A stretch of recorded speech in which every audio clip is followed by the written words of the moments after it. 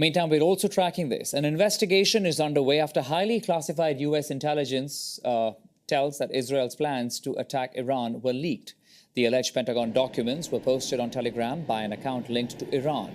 The plans discuss Israel's moving munitions around and Israeli Air Force exercises involving air-to-surface missiles and drones.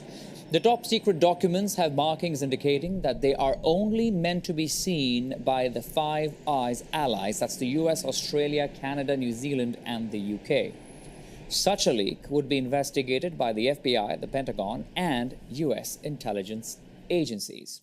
Let's now invite Anthony Seaboyer, military and national security expert. Anthony, good evening and thanks for your time here on CTV News Channel. Lots to catch up on with all that's happening in the Middle East. Absolutely. Can I start with, though, Benjamin Netanyahu's address, saying that Israel's forces will continue forward until the end, and targeting his residence was a bitter mistake. What do you take away from this comment? Well, up until very recently, it would have been a total taboo and a red line to cross to actually go after the top leadership of Israel or of any party in a military conflict. Because if you take out the leadership, there's no way to negotiate. Because you can only negotiate with somebody who you know has the authority to negotiate. But that kind of taboo has been broken with taking out the complete leadership of Hamas at this point, right? So we don't know really who Israel could negotiate with and who would have internally the negotiating power. So yeah, on the one hand, I think it can't surprise many that Hamas would try to strike towards Israeli leadership, but this just shows how deeply involved and how dangerous the conflict has become at this point. The conflict, no doubt, is extremely dangerous at this point. And as we speak, Anthony, we know that there are more reports coming in of several people dying in Israeli strikes. And I'm talking about just Gaza at the moment. Your thoughts on all these talks and the pressure that we've been speaking of for months now, over a year, that's building on Netanyahu. But it seems like the allies, especially the U.S., has not been able to do much to stop Netanyahu as he vows to continue till the end, whatever that might be.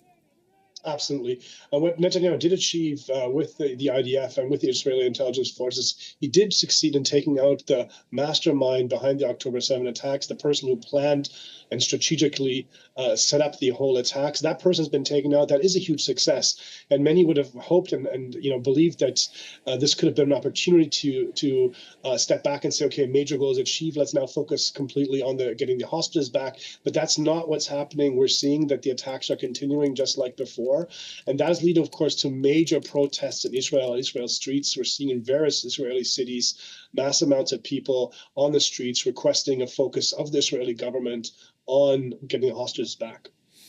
We know that this is the second time that Israel has been able to eliminate a leader of Hamas. Just a few months ago, they had eliminated, who was believed to be more moderate of kinds.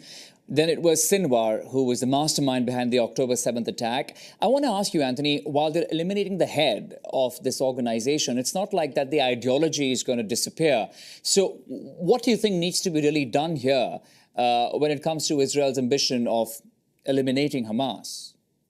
Well, the first goal was to prevent them from being able to perform attacks like they did. And this was done initially with taking out heavy weaponry. And now it's been done with taking out the leadership that actually controls, has reputation, has command over the forces. So this has all significantly limited the capabilities of the organization to attack Israel. That said, we see they still have significant capabilities. And the general problem in the conflict, which goes back historically decades, that is, of course, not solved at all. There can only be long-term political solution to this challenge we're seeing, and that is something we haven't seen any progress really made on. That is, I think, the next step has to come. What we've seen, Israel has succeeded in significantly reducing the capabilities of the terrorist organizations, but it has not taken away the political cause that enables them to recruit and fund resources for their fight. I have to also ask you, before we let you go, about this massive leak which is being investigated in the U.S. And my question to really is, how does a leak like that really happen? While, of course, agencies will investigate, but the fact the plans say that Israel had a plan to attack Iran,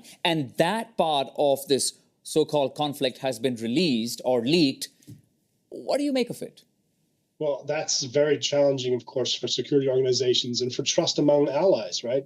Of course, here the concern is that Israel might share even less information with the United States. I mean, there's two potential options of how this could have happened. One, it could be a hack, or someone found a way to, through human engineering or social engineering, engage and convince somebody to give a password away that was hacked in. Another one is, of course, a political activity by an individual who was not in accordance with or did not agree with the attacks and kind of leaked information. These are two scenario options that exist. In any case, it's very bad for the trust among allies, and the trust among the United States and Israel is not very high at this point anyways, because as you raised before, the U.S. has been saying for weeks and months now they want a different approach from Israel. We're not seeing that. Anthony Seaboyer, military and national security expert, we appreciate your time. Thank you for joining us. Thank you.